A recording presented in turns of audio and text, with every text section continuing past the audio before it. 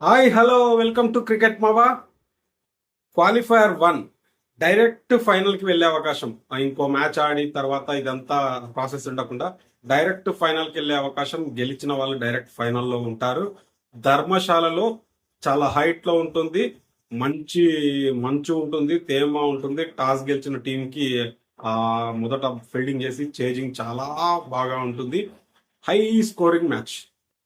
ఎందుకు high scoring match అంటున్నానంటే ఈ గ్రౌండ్ లో ఆడిన ప్రతి మ్యాచ్ లో మంచి 200-220 ప్లస్ హై స్కోరింగ్ వచ్చాయి. గేమ్స్ జరిగాయి, అలాగే వచ్చాయి. ఈ పిచ్ కూడా అలాగే ఉండబోతుంది. మంచి పరుగుల విందు ఇవ్వడానికి ఇరు జట్లు కూడా సిద్ధంగా ఉన్నాయి. Gujarat Titans defending champion RCB.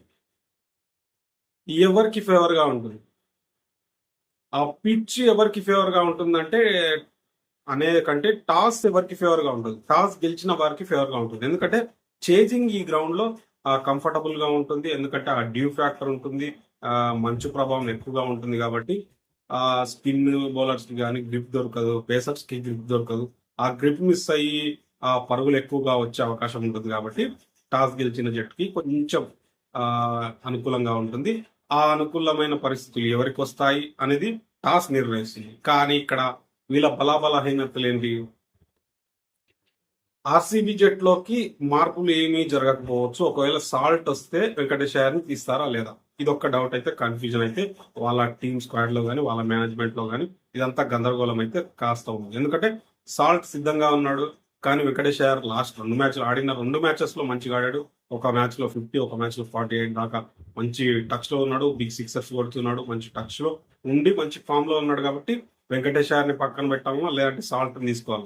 సాల్ట్ని తీసుకొస్తే వెంకటేష్ అయ్యర్ని పక్కన పెడితే మరి బౌలింగ్ ఆప్షన్స్ ఎలా సెట్ చేసుకోవాలి? ఎందుకంటే వీళ్ళకున్న బౌలింగ్ ఆప్షన్స్ హెజిల్వుడ్, అదేవిధంగా భువనేశ్వర్ కుమార్ మంచి టచ్ లో ఉన్నారు. మంచి స్వింగ్ ద్వారా భువనేశ్వర్ వికెట్ తీస్తుంటే పేస్ ద్వారా హెజిల్వుడ్ వికెట్స్ తీస్తున్నాడు. వాళ్ళకి సుయాష్ శర్మ రూపంలో ఒక స్పిన్నర్ ఉన్నారు, కృణాల్ పాండే రూపంలో మరొక స్పిన్నర్ ఉన్నాడు.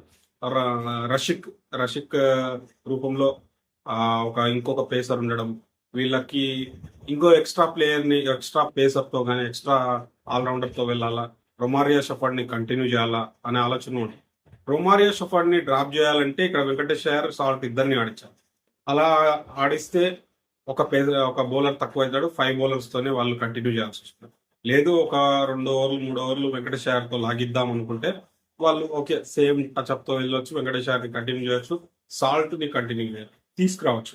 లేదు సాల్ట్ వద్దు, యాస్టీస్ లాస్ట్ మ్యాచ్ లో ఆడిన టీమే వెళ్దాం అనుకుంటే కొంచెం బెటర్ కాంబినేషన్ ఉంటుంది. రొమారియో షఫర్డ్ నుంచి బౌలింగ్ ఆప్షన్ ఉంటుంది, అదేవిధంగా అతని నుంచి హిట్టింగ్ ఎబిలిటీ కూడా ఉంటుంది. కాబట్టి సేమ్ టీమ్ తో వెళ్ళే అవకాశం. ఇటువైపు గుజరాత్ టైటాన్స్ ఏంటి అంటే వీళ్ళ బలం అంతా కూడా బౌలింగ్.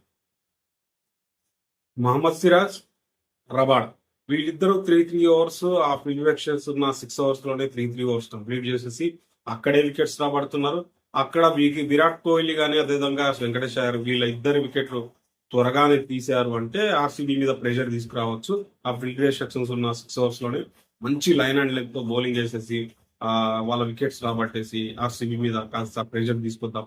చేజ్ మాస్టర్ కోహ్లీని తొందరగా అవుట్ చేస్తే అటు మొదట బ్యాటింగ్ చేసినా కానీ అదేవిధంగా చేజింగ్ చేసే టైంలో కానీ ఆర్సీబీ పైన ప్రెషర్ పెడదాం, యాంకర్ రోల్ ఆడడానికి వేరే ప్లేయర్ లేకుండా వాళ్ళని ఇబ్బంది పెడదాం అనే ఆలోచనలో గుజరాత్ ఉంటారు. ఎందుకంటే వాళ్ళకు అందరు బౌలర్స్ బాగా ఉన్నారు, అందరు టచ్ లో ఉన్నారు, అందరు ఫామ్ లో ఉన్నారు. ఆ పర్పుల్ క్యాప్ హోల్డర్ గా వాళ్ళ టీంలోనే ఉన్నారు.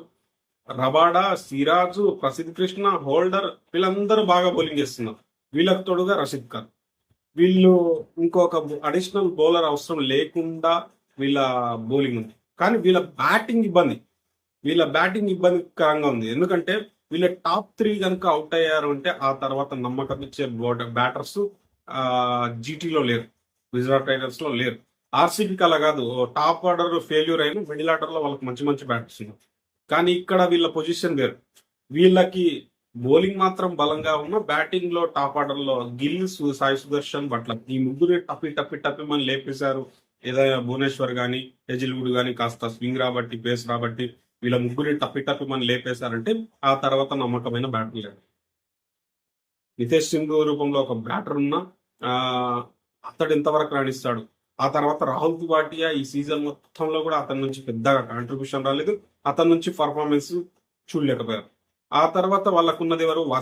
వాషింగ్టన్ కొన్ని మ్యాచెస్ లో మంచి పర్ఫార్మెన్స్ ఇచ్చిన భారీ హిట్టర్ అయితే కాకపోవడం అనేది గుజరాత్ టైటన్స్ కి ఇబ్బంది. ఎందుకంటే పిచ్ బ్యాటింగ్ కి అనుకూలంగా ఉంటుంది. ఇలా అనుకూలంగా ఉంటున్న టైంలో గుజరాత్ టైటన్స్ వాళ్ళ బౌలింగ్ ని బలంగా నమ్ముకొని ఈ సీజన్ మొత్తం కూడా వాళ్ళ బౌలింగ్ తో విక్టరీస్ ఎక్కువ సాధించింది కాబట్టి వాళ్ళ బౌలింగ్ తో ఎలా రాబడుతుంది. విరాట్ కోహ్లీ సాల్ట్ లేదంటే విరాట్ కోహ్లీ అయ్యర్ వీళ్ళ ఇద్దరిని త్వరగా అవుట్ చేశారంటే బెంగళూరు మీద కాస్త ప్రెషర్ తీసుకురావచ్చు. ఆ ప్రెషర్ లో వీళ్ళ వికెట్స్ రాబట్టవచ్చు. ఎందుకంటే వీళ్ళకి లాంగ్ బ్యాటింగ్ లైన్ అప్ ఉంది. నెంబర్ 9 వరకు కూడా వీళ్ళ బ్యాటింగ్ లైన్ అప్ ఉంది. ఎందుకంటే టీమ్ డేవిడ్, ఆ తర్వాత దేవదత్ పడికల్, టీమ్ డేవిడ్, వీళ్ళకి క్రోనాల్ పాండ్యా, రొమాడియా షఫర్ట్, టీమ్ డేవిడ్, జితీష్ శర్మ వీళ్ళంతా లాంగ్ బ్యాటింగ్ స్క్వాడ్ వీళ్ళకి ఉండడం అనేది వీళ్ళకి బాగా కలిసి వచ్చే విషయం. వీళ్ళ బౌలింగ్ గుజరాత్ టైటన్స్ తో కాస్త పోలిస్తే కొంచెం వీక్ గా అనిపించినప్పటికీ వీళ్ళ బ్యాటింగ్ స్ట్రెంత్ ఇంకా ఎక్కువగా ఉండడం అనేది కొంచెం ఆర్సీబీకి ఫేవర్ గా ఉంటుంది. ఈ మ్యాచ్ లో బిగ్ హిట్స్ అనేవి వస్తాయి, బిగ్ స్కోర్స్ అనేవి వస్తాయి కాబట్టి ఆర్సీబీకి కొంచెం ఫేవర్ గా ఉంటుంది. ఆ ఫేవర్ గా ఎప్పుడు ఉంటుంది? వీళ్ళ పవర్ ప్లే లో గుజరాత్ టైటన్స్ త్వరగా వికెట్లు తీయకపోతే ఆర్సీబీకి ఫేవర్ గా ఉంటుంది. లేదు టపీ అని వాళ్ళ బౌలింగ్ లైన్అప్ మంచిగా ఉంది. రబాడా, సిరాజ్ మంచి వికెట్స్ తీశారు. విరాట్ కోహ్లీ రబాడాని అవుట్ చేశాడు. సారీ, మొహమ్మద్ సిరాజ్ విరాట్ కోహ్లీని అవుట్ చేశాడు.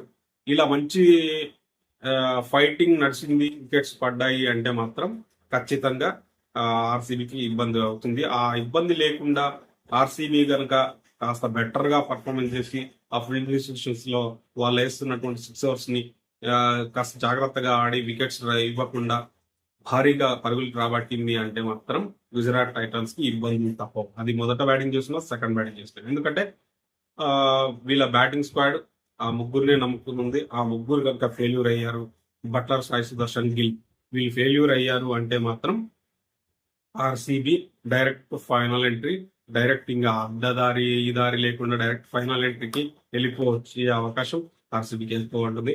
లేదు గుజరాత్ టైటన్స్ బౌలర్స్ అద్దరగొట్టేశారు, రబాడా, సిరాజ్ ఆ ఫీల్డ్ రెస్ట్రిక్షన్ ఉన్న 6 ఓవర్స్ 3 షేర్ చేసుకుని వాళ్ళు బాగా వేస్తున్నారు. అన్ని మ్యాచెస్ లో అక్కడ వేస్తున్నారు. మిడిల్ ఓవర్స్ లో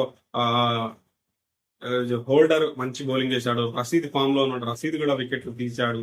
రసీద్ నుంచి వికెట్లు వచ్చాయి, టపి మన వికెట్లు వచ్చాయి అంటే మాత్రం గుజరాత్ టైటన్స్ బ్యాటర్స్ కాస్త చూసుకొని నిదానంగా ఆడిన వాళ్ళు స్కోరింగ్ రాబట్టగలుగుతారు. ఆ తర్వాత భారీ హిట్టర్స్ లేకపోవడం లోయర్ ఆర్డర్ లో వీళ్ళకి రాహుల్ తివాటియా లాంటి వాళ్ళని నమ్ముకోవడం అనేది గుజరాత్ టైటన్స్ కొంచెం ఇబ్బంది కలిగించే విషయమే. కానీ వీళ్ళ టాప్ 3 మాత్రం మంచి పర్ఫార్మెన్స్ ఇచ్చారు. ఈ సీజన్ లో హైయెస్ట్ రన్స్ కొట్టిన లిస్ట్ లో కూడా వీళ్ళే ఉన్నారు కాబట్టి వీళ్ళు ఇటువైపు బౌలర్స్, ఇటువైపు బ్యాటర్స్, మొదట బౌలర్స్ ఇద్దరు, మొదట బ్యాటర్స్ ఇద్దరు బాగా రాణించారు అంటే మాత్రం ఆర్సీబీని ఇబ్బంది పెట్టే అవకాశం గుజరాత్ టైటన్స్ తీసుకుంటుంది. మరి ధర్మశాలలో మంచు కురిసే ప్రదేశంలో సముద్ర మట్టానికి చాలా హైట్ లో ఉంటుంది. చాలా హైట్ లో అంటే ఆల్మోస్ట్ అన్నిటికంటే హైట్ లో ఉండే గ్రౌండ్, ఇండియాలోనే హైయెస్ట్ హైట్ లో ఉండే గ్రౌండ్ కాబట్టి మంచు ప్రభావం ఉంటుంది. ఆ చల్లని వాతావరణం, నైట్ మ్యాచ్ కాబట్టి ఖచ్చితంగా టాస్ గెలిచిన వాళ్ళకి ఫేవర్ గా ఉంటుంది. ఆ టాస్ ఎవరు గెలుస్తారు అనేది వాళ్ళ అదృష్టం పైన డిసైడ్ అయి ఉంటుంది కాబట్టి టాస్ గెలిచిన జట్టు ఖచ్చితంగా ఫీల్డింగ్ తీసుకుంటుంది, చేజింగ్ చేస్తుంది. చేజింగే వచ్చింది విరాట్ కోహ్లీ టీం ఆర్సీబీకి అంటే మాత్రం ఇంకా ఆర్సీబీ తిరుగు లేకుండా చేజింగ్ చేయగలరు. కానీ మొదట బ్యాటింగ్ చేస్తే వీళ్ళు ఎంత స్ట్రగుల్ చేస్తారు బౌలర్స్, జీటీ బౌలర్స్ అనే దానిపైనే మ్యాచ్ ఆధారపడి ఉంటుంది. మరి ఈ మ్యాచ్ డైరెక్ట్ ఎంట్రీ ఇచ్చేది ఎవరో చూద్దాం. చాలా ఇంట్రెస్టింగ్ గా ఉండబోతుంది. ఇంకా ఐపీఎల్ సీజన్ అయిపోయే సమయం వచ్చింది కాబట్టి మనకందరికీ కూడా బోర్ వచ్చే అవకాశం ఎక్కువగా ఉంటుంది. కాబట్టి ఆ బోర్ వచ్చే ముందు మనం బాగా ఎంజాయ్ చేసే క్వాలిఫైర్ 1 మ్యాచ్ అని చెప్పొచ్చు. ఈ మ్యాచ్ ని చాలా ఎంజాయ్ చేయొచ్చు. ఖచ్చితంగా ఎవరు మిస్ కాకుండా చూడండి. మరి ఈ వీడియో గురించి మీరేమనుకుంటున్నారో లైక్ చేయండి, కామెంట్ చేయండి, షేర్ చేయండి.